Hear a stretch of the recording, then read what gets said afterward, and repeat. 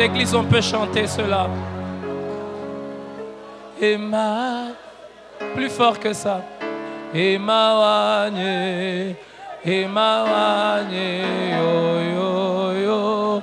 Emma.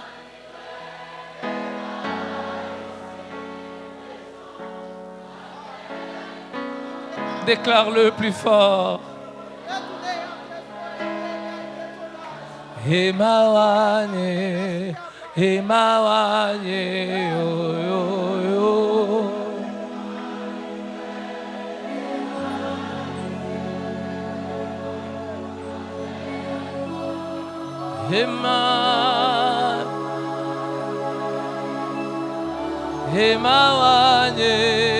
Emma wanye, yo yo yo.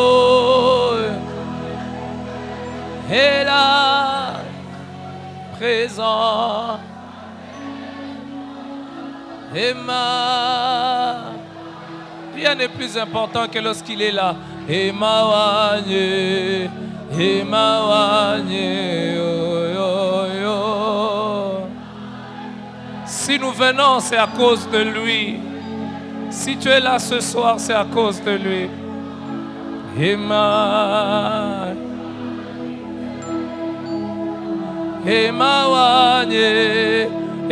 wanye, yo yo yo.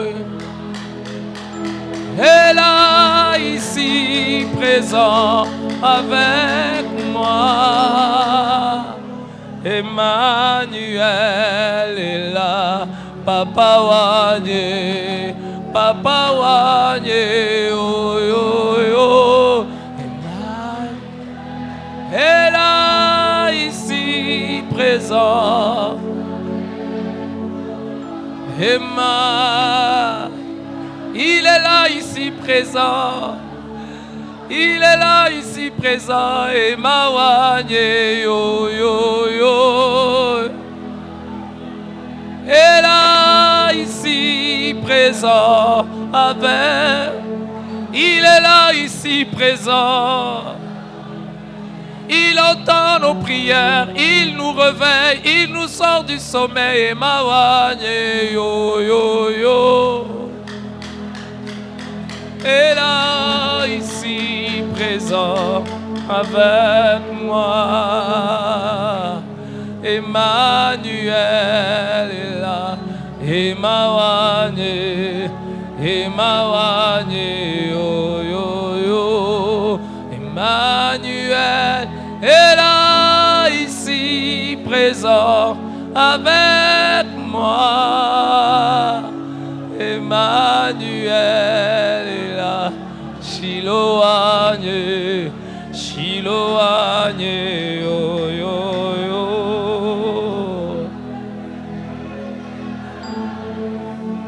Présent avec moi. Emmanuel est là.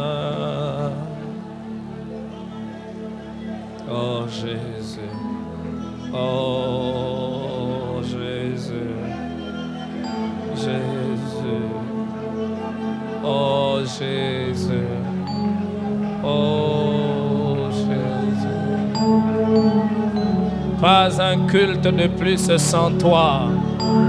Pas une prédication de plus sans toi. Pas un thème sans que toi tu sois à l'œuvre. Seigneur, que vaut une rencontre si toi tu n'es pas là? C'est toi qui touches, c'est toi qui transforme, c'est toi qui restaure, c'est toi qui apporte la vie, c'est toi qui essuie les larmes, c'est toi qui relève, c'est toi qui comble les cœurs, c'est toi qui transforme. Alors que vaut un culte sans toi? Sois à l'œuvre ce soir encore, encore, encore, encore, encore, encore, encore. Que nous puissions vivre cela. Au nom de Jésus, nous avons prié et nous disons Amen. C'est très important. Surtout lorsqu'on parle du réveil, nous parlons du Saint-Esprit. Le Saint-Esprit n'amène jamais des choses qui sont contraires à ce que Dieu veut. Parler du réveil, c'est parler du Saint-Esprit. Parce qu'il n'y a pas de réveil sans le Saint-Esprit. Ce soir, pour commencer, pour introduire ces 4 vendredis, j'aimerais nous proposer une lecture dans le livre de Juges. Le livre de Juges relate la période où Israël s'est installé dans la terre promise. Juste après son installation dans la terre promise, que certains qui sont entrés, les premiers, soient décédés, la génération qui a suivi. Et le livre des Juges est caractérisé par le fait que chaque fois on parle d'asservissement, des victoires, asservissement, victoire, asservissement, victoire.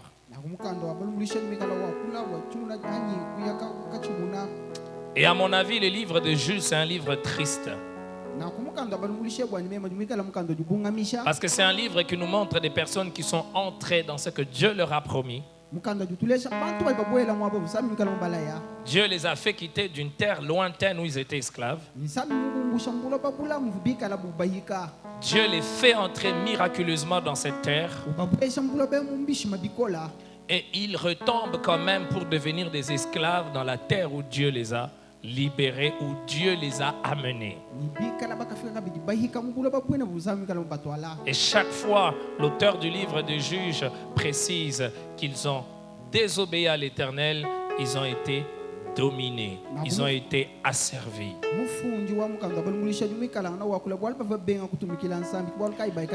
Et chaque fois que le Seigneur voulait apporter la délivrance à ce peuple, le Seigneur suscitait toujours quelqu'un. Et ça, c'est une merveilleuse vérité que le livre de Juges nous apprend. Dieu suscite toujours des hommes chaque fois qu'il veut faire quelque chose. Et ces hommes qu'il suscite ne sont pas des hommes extraordinaires. Ce sont des hommes ordinaires, mais que lui, Dieu veut utiliser d'une manière extraordinaire.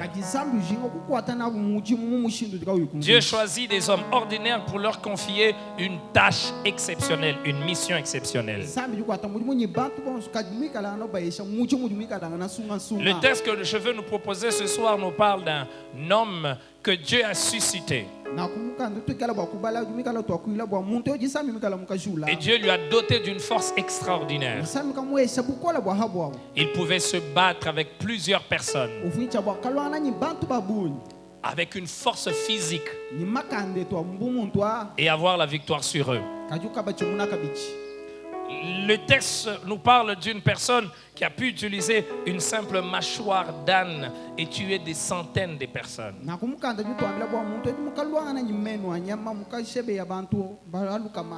Mais cette personne avait une faiblesse.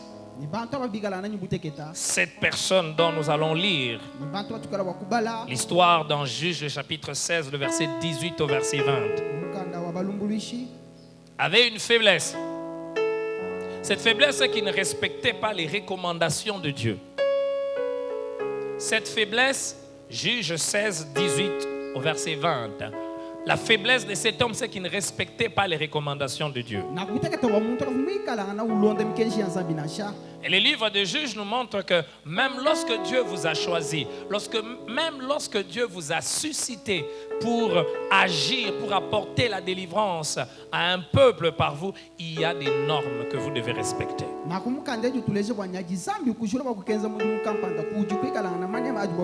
Le fait que l'on soit le choix de Dieu ne nous dispense pas de nous conformer à la pensée et à la volonté de Dieu. Cet homme, dans sa désobéissance, est tombé sur une femme. Il est tombé sur plusieurs femmes. Mais à la fin de sa vie, il tombe sur une femme. Et le jour où cette femme le livre à ses ennemis pour qu'ils deviennent un jouet, un sujet d'amusement. Cette femme a fait quelque chose de particulier. Cette femme l'a endormi. Juge 16, 18 au verset 20, il est dit, Delilah, voyant qu'il avait ouvert tout son cœur, envoya appeler les princes des Philistins et leur dit, montez cette fois car il m'a ouvert tout son cœur. Et les princes des Philistins montèrent vers elle et apportèrent l'argent dans leurs mains. Le verset 19, c'est un verset très triste. Elle l'endormit sur ses genoux. Fallait qu'il soit endormi pour qu'elle soit capable de faire certaines choses. Parce que si il était éveillé, on ne pouvait pas faire certaines choses. Cette femme l'endormit sur ses genoux. Et lorsqu'il est endormi, c'est-à-dire il n'est plus conscient. Lorsqu'il est dans cet état, alors l'écrivain dit, ayant appelé un homme, elle rasa les 7 tresses de la tête de Samson et commença ainsi à le dompter, avoir le dessus sur lui. Il fallait qu'il l'endorme pour qu'il soit capable de les dompter. Et la suite, il perdit sa force. C'est clair que cette femme était un instrument de Satan. Et c'est pour cela, même la stratégie qu'elle met en place, c'est une stratégie diabolique. Et cette stratégie reflète ce que Satan a l'habitude de faire. Ce passage attire mon attention sur 3 faits. Le premier fait, Samson lui a révélé son secret. Samson lui a ouvert son cœur. Samson a dit à une étrangère, à une personne qui ne connaissait pas Dieu, c'est que Dieu avait comme secret avec lui pour sa force.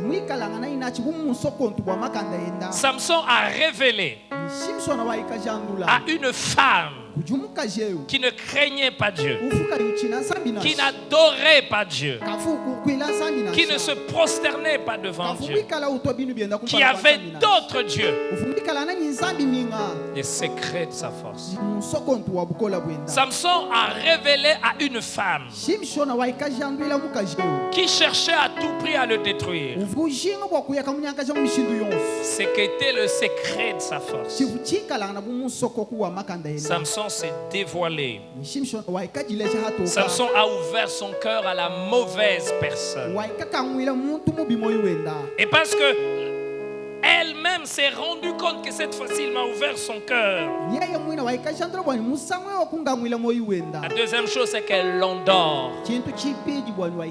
Est-ce que vous savez qu'il y a des stratégies qui ne peuvent pas marcher quand certains secrets ne sont pas révélés?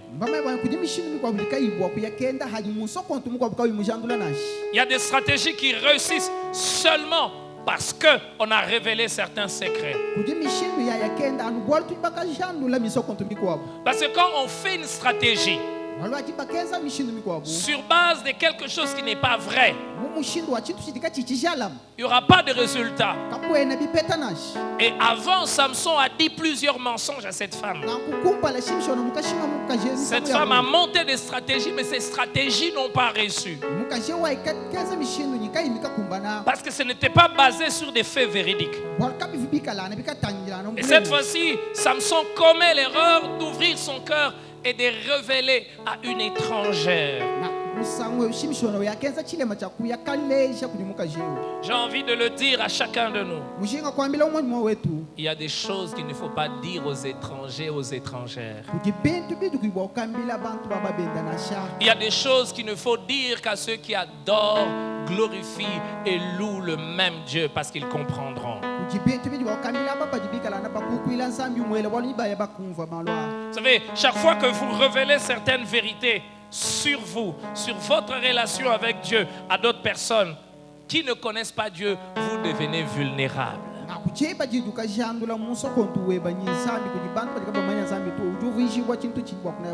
La deuxième chose, c'est que cette femme endort Samson pour mettre sur pied sa stratégie. Et après l'avoir endormi, elle peut raser ses tresses. Et la troisième chose, qui est conséquence de la première et de la deuxième chose, c'est que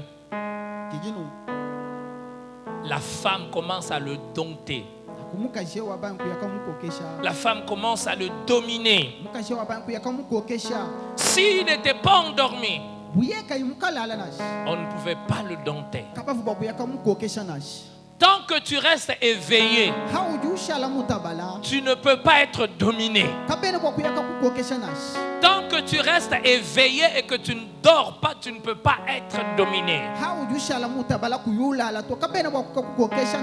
Tu peux être dominé seulement si tu peux être endormi. Tant que tu peux rester éveillé, tu ne peux pas être dominé. Et le but principal, c'est endormir. Regardez, il y a plusieurs agents dans ce qui est arrivé. Il y a plusieurs agents, plusieurs acteurs. Le premier acteur, c'est Samson lui-même. Samson qui révèle son secret. Deuxième acteur, c'est la femme. Elle le provoquait pour qu'elle puisse connaître le secret. Samson n'a fait qu'une chose: dire la vérité, révéler son secret. Et le reste des événements ne dépendait plus de lui. Vous savez, il y a certaines choses qui nous arrivent simplement parce que nous-mêmes nous avons fait quelque chose qui a donné pouvoir à certaines personnes de nous dominer. La Bible ne nous précise pas comment elle a fait pour l'endormir. Qu'a-t-elle utilisé pour l'endormir? La Bible nous présente clairement qu'elle a endormi Samson. Et après l'avoir endormi, elle a rasé ses cheveux et elle a commencé à le dominer. Ma prière en ayant ces 4 vendredis de réveil, c'est qu'aucune personne dans ces lieux ici ne soit dominée par une force négative. Ma prière est qu'aucune personne ne soit ou ne demeure endormie. Et si quelqu'un est endormi, que le Saint-Esprit le réveille au nom de Jésus. Lorsque elle a commencé à le dominer, le verset 19 précise: il perdit sa force. Donc, pour que le plan de Delilah marche, elle avait besoin de 2 choses: le secret de Samson, la deuxième chose, l'endormir. Le sommeil, on ne peut pas parler du réveil sans d'abord parler du réveil, du sommeil spirituel. On ne peut pas parler du réveil sans parler du sommeil spirituel. On ne peut même pas comprendre l'utilité ou l'importance du réveil lorsqu'on ne comprend pas le danger qu'il y a dans le sommeil spirituel.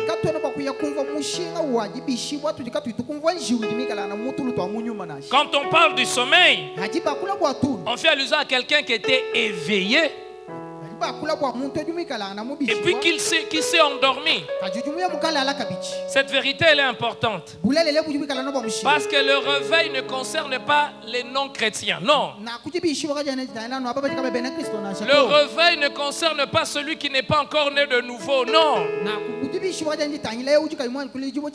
Parce que celui qui n'est pas encore né de nouveau n'a jamais été éveillé. Celui qui n'est pas né de nouveau, dans le langage biblique, il est mort. Il n'a pas de relation avec Dieu. Celui-là, il faut naître de nouveau.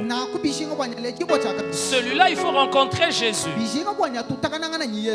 Mais il y a des personnes qui ont rencontré Jésus, mais qui à un moment se sont endormis. La stratégie de Dalila, celui qui l'avait inspiré cette stratégie, le diable, il la met en exécution dans la vie de certaines personnes. Elle a déjà reçu Jésus. Il priait, il jeûnait, il était fidèle. Mais à un moment, tout cela s'arrête. Il tombe dans le sommeil. Et Satan commence à le dompter. Il perd sa force de chrétien. Le sommeil spirituel arrive dans la vie d'un chrétien individuel. Mais le sommeil spirituel arrive aussi dans la vie d'une église locale. Le sommeil spirituel arrive aussi dans une ville, dans un pays où il y avait la soif de Dieu, la crainte de Dieu, l'amour de Dieu. Mais à un moment, l'amour de Dieu commence à se refroidir. Dans la vie d'une personne, dans la vie d'une église, dans la vie d'une nation, d'une ville, le zèle pour Dieu disparaît. On tombe dans le sommeil. Et nous devons savoir que derrière chaque sommet spirituel, il y a un agent principal. Cet agent principal, c'est Satan, qui veut endormir le chrétien, qui veut rendre le chrétien froid. Avec quel but? Le but de le dominer. Le but qu'il perde sa force. Parce qu'un chrétien éveillé, un véritable chrétien éveillé, fait des ravages dans le camp et dans le royaume de Satan. Ben, si tu es chrétien et que tu ne fais pas des ravages dans le camp de Satan, il y a une question que tu dois te poser.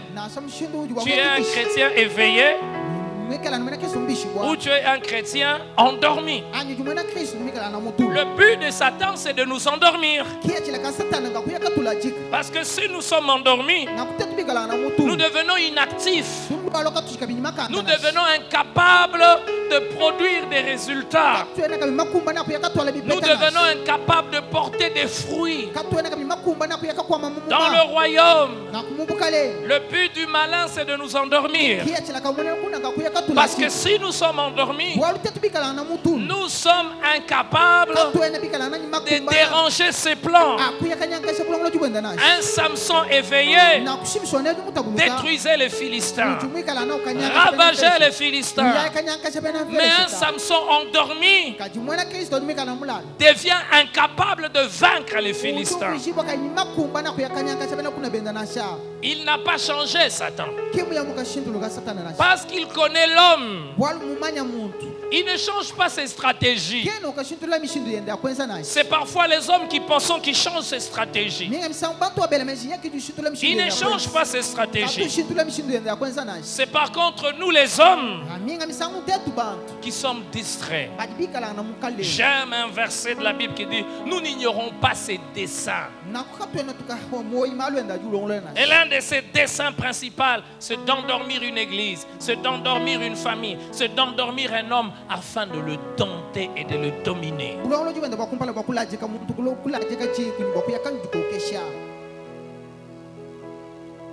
J'aimerais nous donner 8 caractéristiques qui accompagnent le sommet spirituel.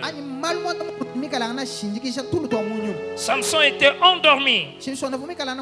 Et parce qu'il était endormi, il était inconscient de ce qui s'est passé autour de lui.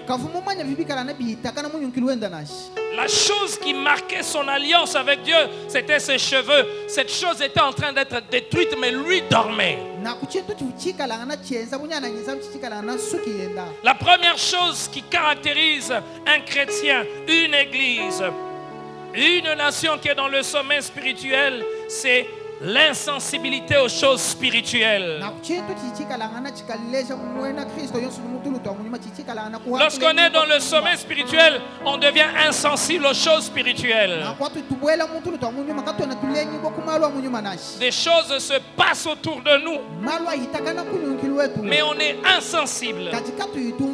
Cette semaine, j'ai été touché, une sœur est venue me parler. Une histoire triste qui m'a fait de la peine. Elle était fiancée à un monsieur qui était venu ici en mission. Cet homme travaillait ici, il n'était pas originaire d'ici.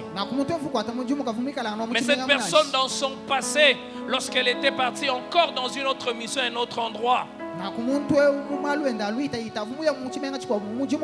une dame a travaillé pour lui. Et un certain jour, cette dame a mis des histoires dans sa nourriture. Et cet homme se réveillait le jour suivant avec la femme sur son lit. Et la femme au réveil lui dit: ce qui s'est passé entre nous, il y a un enfant. Et quand le monsieur termine son temps de travail ici, il rentre à Kinshasa. Sous la pression de la famille, on va lui dire: écoute, il faut que tu rentres pour voir cet enfant-là. Que tu arranges parce que cet enfant te ressemble. Dès que le monsieur part pour rencontrer l'enfant, ils font des cérémonies avec la famille de la femme parce qu'il fallait payer quelque chose qui était équivalent à la dot. Dès qu'il rentre de ce voyage pour Kinshasa, après avoir donné cette dot, il tombe malade et rapidement la situation s'est dégradée. Et la sœur qui me racontait, elle me dit: c'est comme si j'étais distrait. Je n'ai pas compris que c'était spirituel ce qui s'est passé. Cet homme est mort début février. Elle me dit: j'ai parlé avec lui le matin. Et le soir, c'est son ami qui m'appelle. On avait notre projet de mariage. Elle était pleine de culpabilité. Comment est-ce que je n'ai pas compris? Pourquoi est-ce que je n'ai pas compris? Le malin, quand il veut mettre son plan en exécution dans la vie d'un chrétien, la première chose, il l'endort. Lorsque le malin veut détruire une église, la première chose, il endort cette église. Que de fois vous regardez même certaines personnes et vous vous posez la question: est-ce qu'il est conscient? Est-ce qu'elle est consciente de ce qui est en train de se passer dans sa vie? Et vous parlez, vous conseillez, rien n'arrive. Pourquoi? Parce qu'il est endormi. Lorsque quelqu'un est endormi par Satan, il n'y a qu'une seule puissance qui peut briser ce siège, qui peut briser ce sommeil. C'est la puissance du Saint-Esprit. Ce n'est pas les paroles de l'homme. C'est pour cela, rien n'est plus important pour une église que le Saint-Esprit, parce que c'est le Saint-Esprit qui maintient une église en éveil.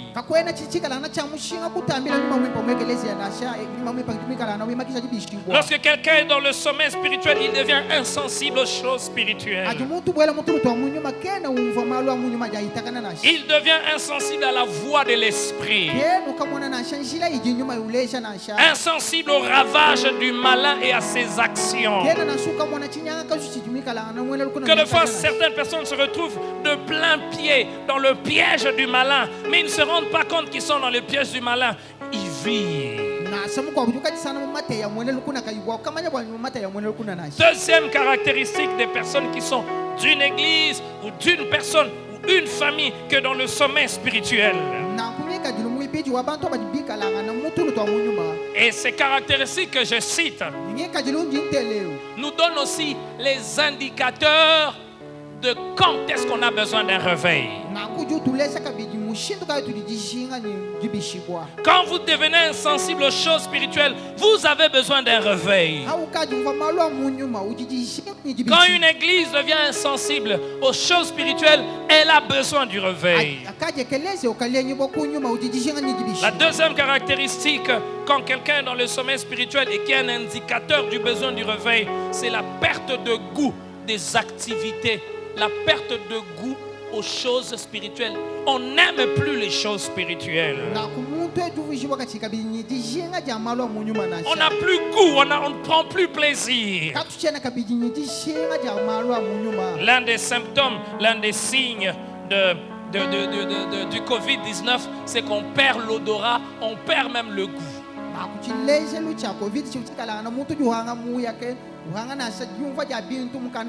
Certaines personnes n'ont pas développé tous les symptômes, mais ils se rendent compte seulement qu'ils n'ont plus le goût. Ils ne savent plus apprécier la saveur des choses. Et je suivais un documentaire d'un célèbre, une personne, une célébrité dans le monde de vin.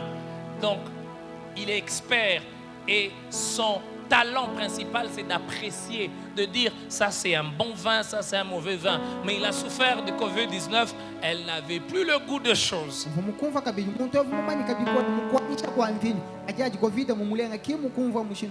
Donc c'était difficile pour lui d'exercer son métier à cause du Covid-19. Parce qu'il a perdu le goût, la faculté d'apprécier le goût. Et que dire d'un chrétien qui ne peut plus prendre plaisir aux activités spirituelles, c'est-à-dire à la prière, nous allons le voir plus tard, à la lecture de la parole de Dieu, à la communion fraternelle. Quand un chrétien perd le goût, perd le plaisir, perd la joie qu'il trouve dans ces choses, ce chrétien-là, il est en danger parce que la suite, c'est qu'il va perdre sa force et il va devenir un jouet pour Satan.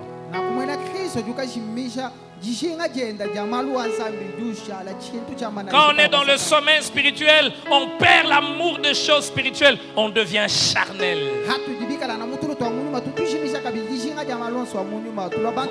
Vous verrez cette jeune fille qui aimait la prière, qui préfère ne pas prier et causer avec un ami.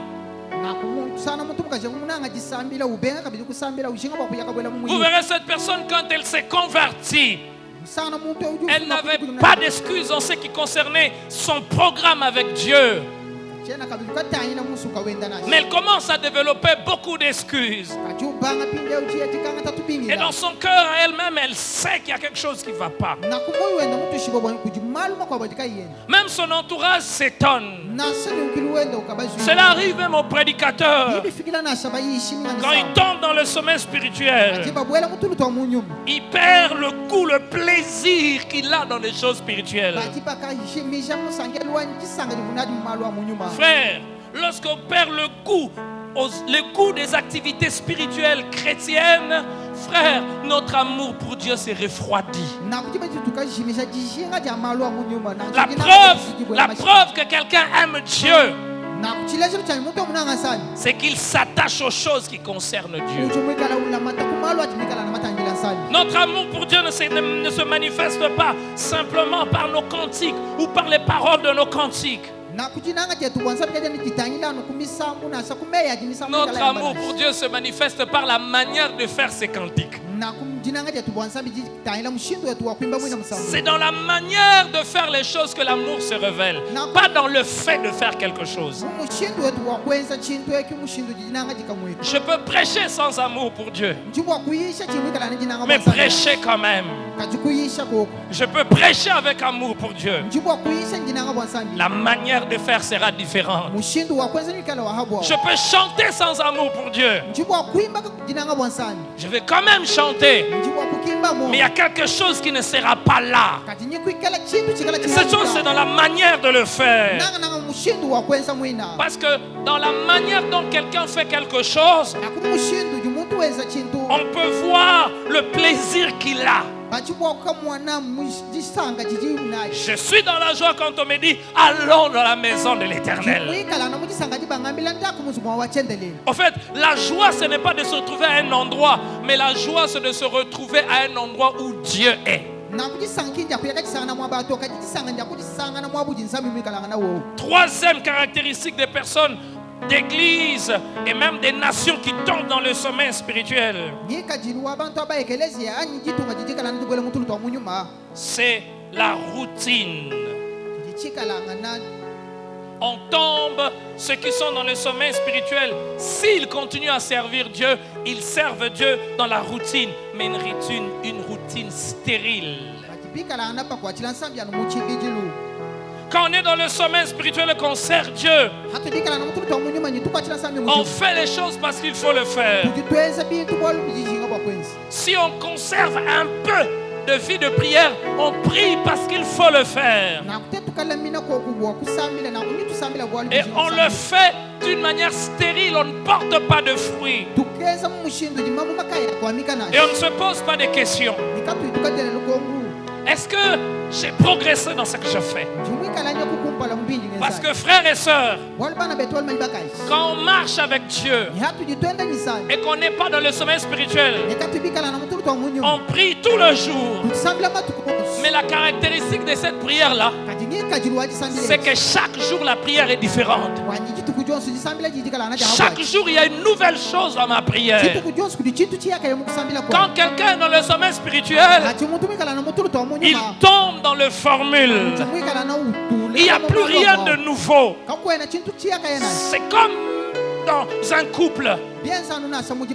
Plus il y a l'intimité, c'est la même femme avec laquelle tu es, ça fait 5 ans, 10 ans.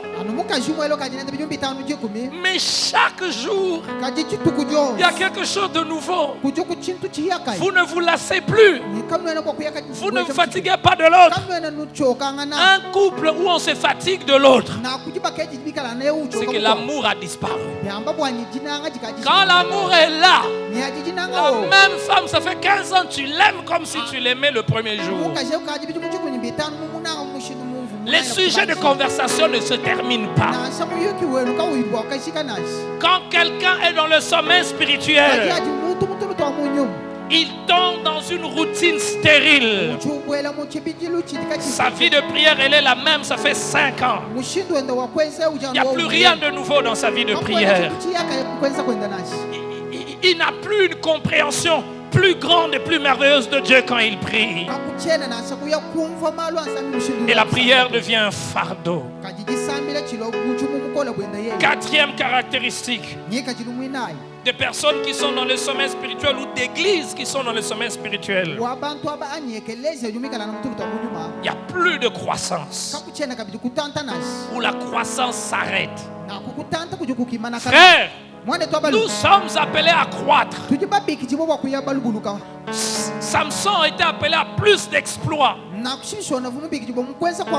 Mais ses exploits se sont arrêtés là, parce qu'il a été endormi. Je prie le Seigneur une seconde fois ce soir, que toute personne qui est endormie ce soir et qui est inconsciente, que la puissance du Saint-Esprit ce soir brise ce sommeil spirituel au nom de Jésus.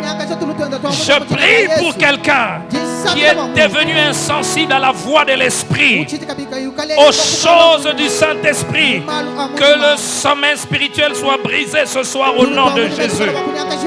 Je prie pour quelqu'un qui prenait plaisir aux choses de l'Esprit, aux activités du Saint-Esprit, et qui ne prend plus plaisir à ces choses, au nom de Jésus, que la flamme soit ravivée. Je prie pour notre ville de Mbuji-Mayi, que dans tous les domaines, où la routine est arrivée, où on fait des campagnes d'évangélisation par habitude, on fait des marathons par habitude, on fait des programmes par habitude, on fait des séminaires par habitude, mais il n'y a plus de substance. Que le sommeil spirituel soit brisé au nom de Jésus. Quelqu'un peut dire, mais de quelle autorité tu pries ainsi? Frère, Dieu nous a donné en tant qu'Église, et j'aimerais que nous soyons conscients là-bas, Dieu nous a donné en tant qu'Église locale de jouer un rôle. Et ce rôle, nous ne le jouons pas seulement dans les quartiers environnants, ce rôle, nous le jouons aussi dans cette ville de Mbuji-Mayi. C'est pour cela que je me lève et je me tiens comme serviteur de Dieu et je proclame dans cette ville de Mbuji-Mayi, dans les églises de ma ville, partout où le sommet spirituel est entré, partout où on fait des choses sans le Saint-Esprit, par habitude, au nom de Jésus, que le sommet spirituel soit brisé au nom de Jésus. Que dans toutes les églises où la soif de voir de nouveaux convertis a disparu, que ce sommeil soit brisé au nom de Jésus. Que dans toutes nos églises où la soif de gagner l'argent a pris plus de place que la soif de bâtir les vies, de tourner le cœur vers Dieu, que ce sommeil spirituel soit brisé au nom de Jésus.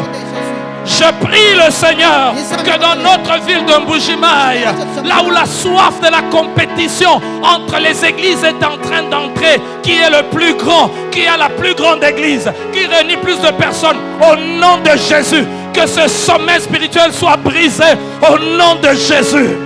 Je prie le Seigneur que dans nos églises de Mbuji-Mayi, où il y a la guerre des âmes, il a pris mon âme, il a pris ma brebis. Il y a encore beaucoup de perdus dans cette église qu'il n'y a des gens dans nos églises. Il y a encore plus de perdus dans cette ville qu'il n'y a des gens qui vont dans nos églises. Que ce sommet spirituel qui apaisantit nos églises dans cette ville soit brisé au nom de Jésus-Christ.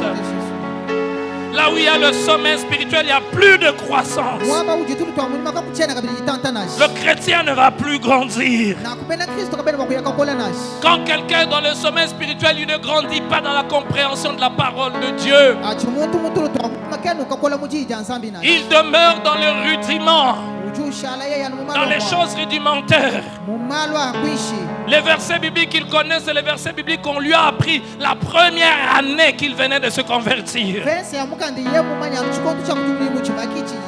En français, on dit, quand quelqu'un maîtrise une langue, chaque jour il doit acquérir un nouveau vocabulaire.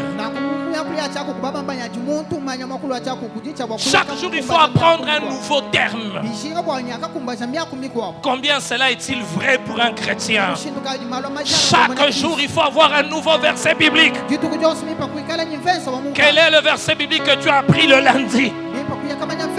Quel est le nouveau verset biblique que tu as appris le mardi? Quel est le nouveau verset biblique que tu as appris le mercredi? S'il n'y a pas de nouveau verset biblique que tu as appris depuis janvier, février et même en ce début de mois de mars, que le Seigneur te réveille. Parce que la croissance d'un chrétien, elle est attachée à la parole de Dieu. C'est la parole de Dieu qui est l'instrument qui déclenche la croissance dans le cœur de quelqu'un. Cinquième caractéristique, quand quelqu'un est dans le sommet spirituel, quand une église est dans le sommet spirituel, il y a de la lourdeur pour lire et pour méditer la parole de Dieu. Et je ne vais pas faire de commentaires sur ce point parce que nous allons revenir le dimanche. Sixième caractéristique, quand quelqu'un est dans le sommet spirituel, il est incapable de prier seul. J'aimerais m'arrêter ici et nous poser la question à chacun individuellement. Chacun devant sa conscience. La dernière fois que tu as prié seul, c'est quand? Combien de fois nous devenons incapables de prier seul? On prie quand on est en église. On prie quand on est avec un frère. Mais on est incapable de prier seul. D'ailleurs, frère, nos cultes n'ont pas de vie. Nos cultes sont froids. Parce que, frère, dans le culte, chacun amène un feu qu'il a. Mais quand dans le culte, aucune personne amène le feu. Supposons que dans un culte, il y a toutes les 100 personnes sont incapables de prier seules. Qu'est-ce qui va se passer? Dès qu'on donne une requête, 2 minutes, toutes les 100 personnes ne prieront plus. Ils seront déjà fatigués. Frère, je sais que ce n'est pas la durée de la prière qui détermine l'exaucement d'une prière, mais la durée de la prière de quelqu'un peut être révélateur du degré d'intimité de quelqu'un avec Dieu. Je répète, la durée de la prière de quelqu'un n'est pas l'indicateur que cette prière sera exaucée, mais la durée de la prière de quelqu'un peut être le révélateur de son intimité avec Dieu. Les intimes aiment passer du temps ensemble. Quand j'étais fiancé, ou si vous êtes fiancé, vous allez rendre visite à votre fiancé.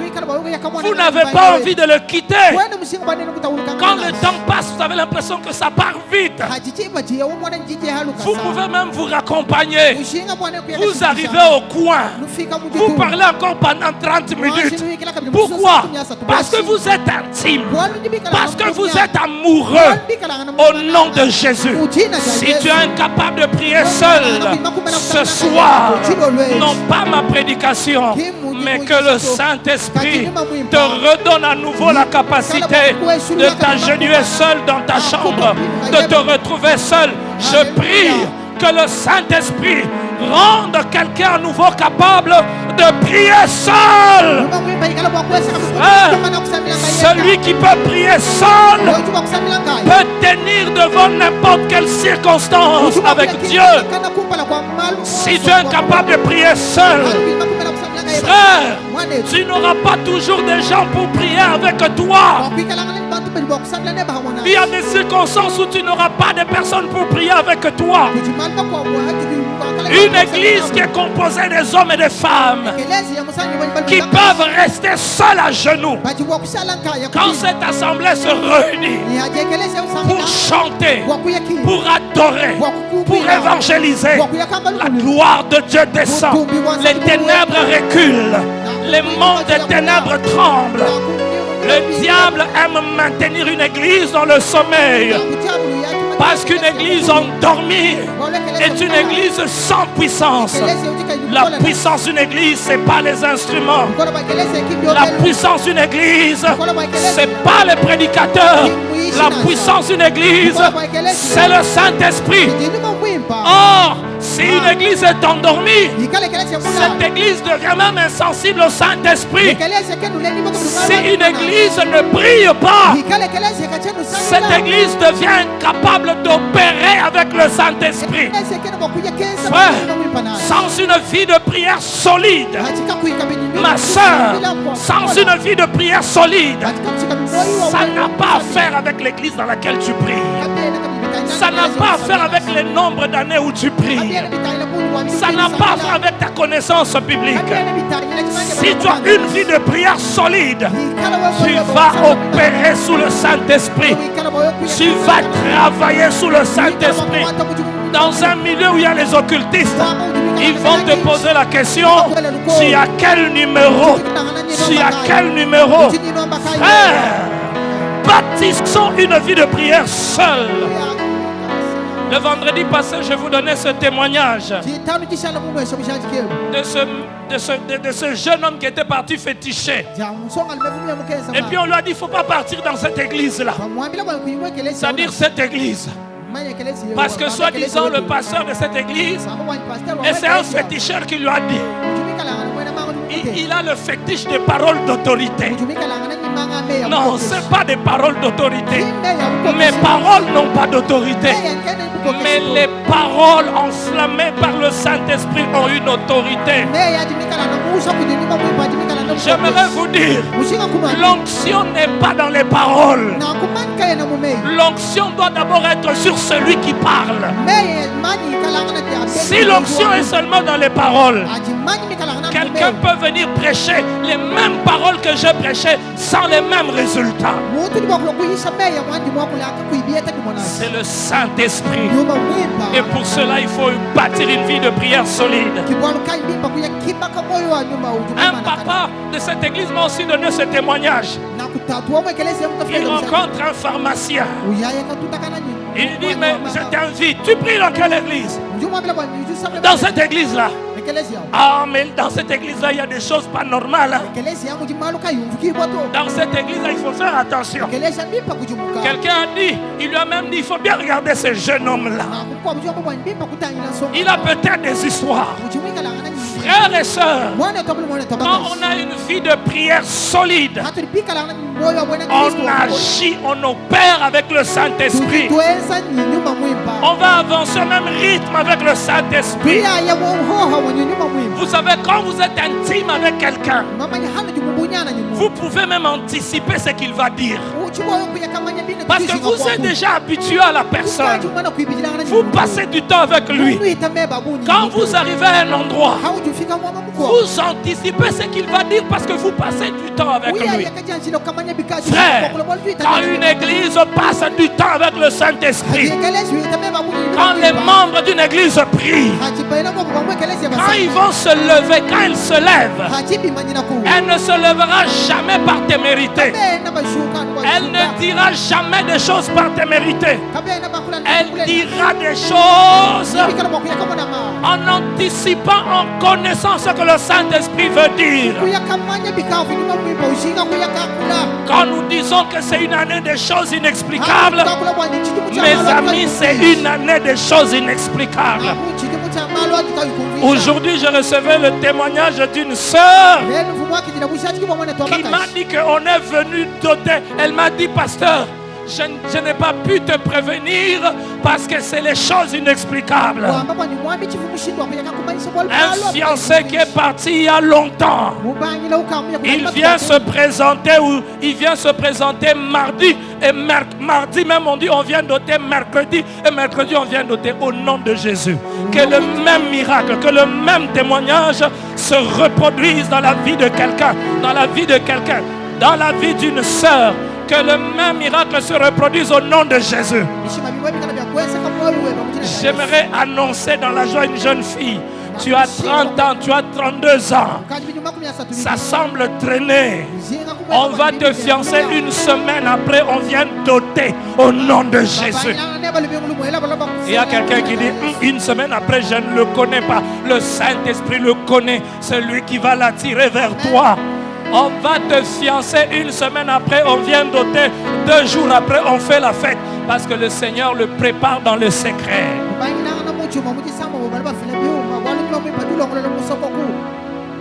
Même ceux qui n'ont pas reçu cette année académique, c'est toujours pour eux l'année des choses inexplicables. Quand on passe du temps avec Dieu, on ne parle plus comme tout le monde. Quand Moïse passait du temps avec Dieu, quand il rentrait, sa face brillait. C'est pour cela que je vous en prie, mettons de côté cette théorie. Non, la durée de la prière ne fait pas quelque chose. La durée, je prie le Seigneur que nous soyons des guerriers, des personnes qui peuvent tenir 2 heures dans la prière, 3 heures dans la prière, 4 heures dans la prière. Non pas parce qu'ils veulent atteindre une performance, mais parce qu'ils aiment Dieu, parce qu'ils veulent passer du temps avec Dieu, parce qu'ils aiment la présence de Dieu.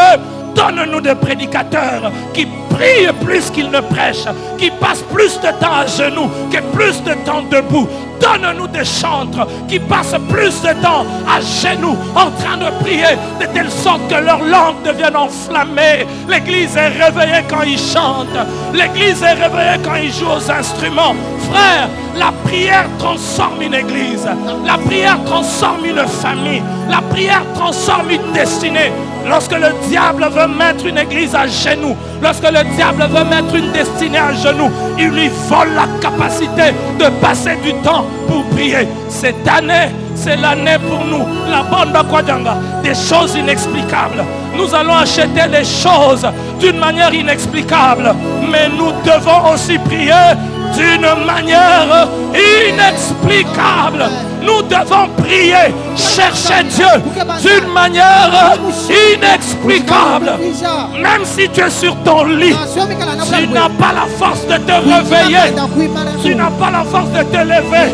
Prie même pendant 2 heures endormi. Tu es en train de marcher, d'aller au travail. Prie. Parce que si tu es endormi, tu ne peux plus prier.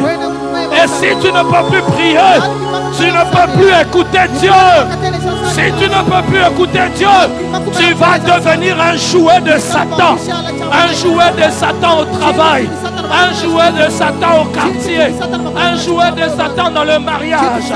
Je le déclare au nom de Jésus. Aucun de vous ne sera un jouet de Satan.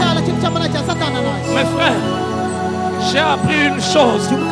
La foi du pasteur influence la foi de l'église. Je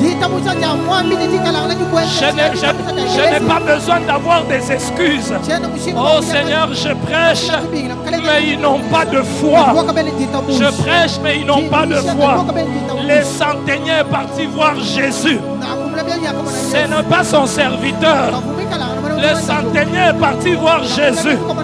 Et Jésus lui a dit qu'il te soit fait selon ta foi.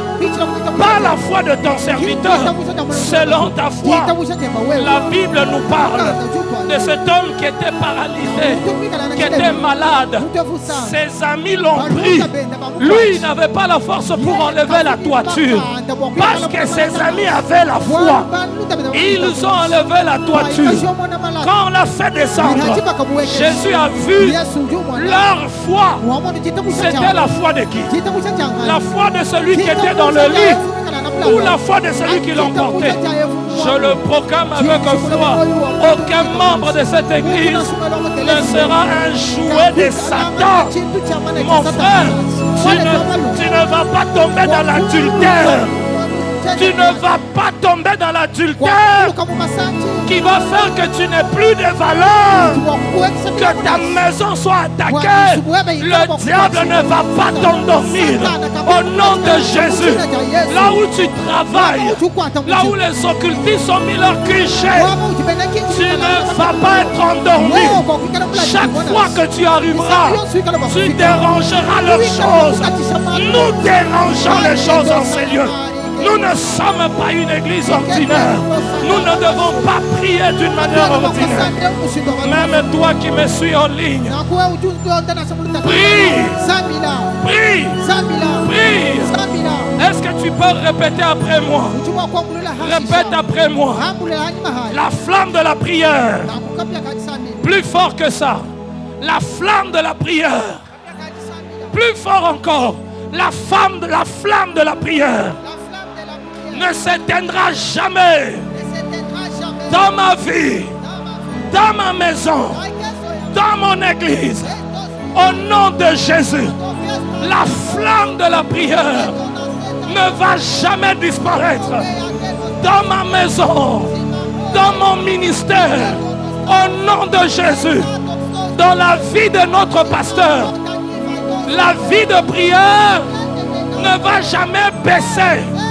Au nom de Jésus, au nom de Jésus, au nom de Jésus, toute puissance qui veut me maintenir dans la distraction, dans le sommeil par rapport à la prière, cette puissance cède place au nom de Jésus. Je suis un vainqueur. Je gagne les batailles à genoux. Répète après moi. Je suis un vainqueur. Mes victoires, je ne les remporte pas avec les coups. Mes victoires, je les remporte à genoux devant Dieu. Rien ne va me rendre incapable d'être à genoux. Au nom de Jésus, au nom de Jésus, l'autel de prière est restauré dans la vie de mon mari, dans la vie de mon mari, dans la vie de mon épouse. L'autel de prière, la soif de la prière. Prie, prie, prie. Prie, prie, prie, prie, prie, prie, prie, prie au nom de Jésus. Parle au nom de Jésus. Au nom de Jésus. Tu ne seras pas endormi. Tu ne seras pas endormi. Tu ne seras pas endormi. Tu ne seras pas endormi. Dalila ne va pas t'endormir. Dalila ne va pas endormir les églises de Mujimai. Dalila ne va plus endormir ma famille. Nous ne serons pas endormis pour que nous manquons de force. Non.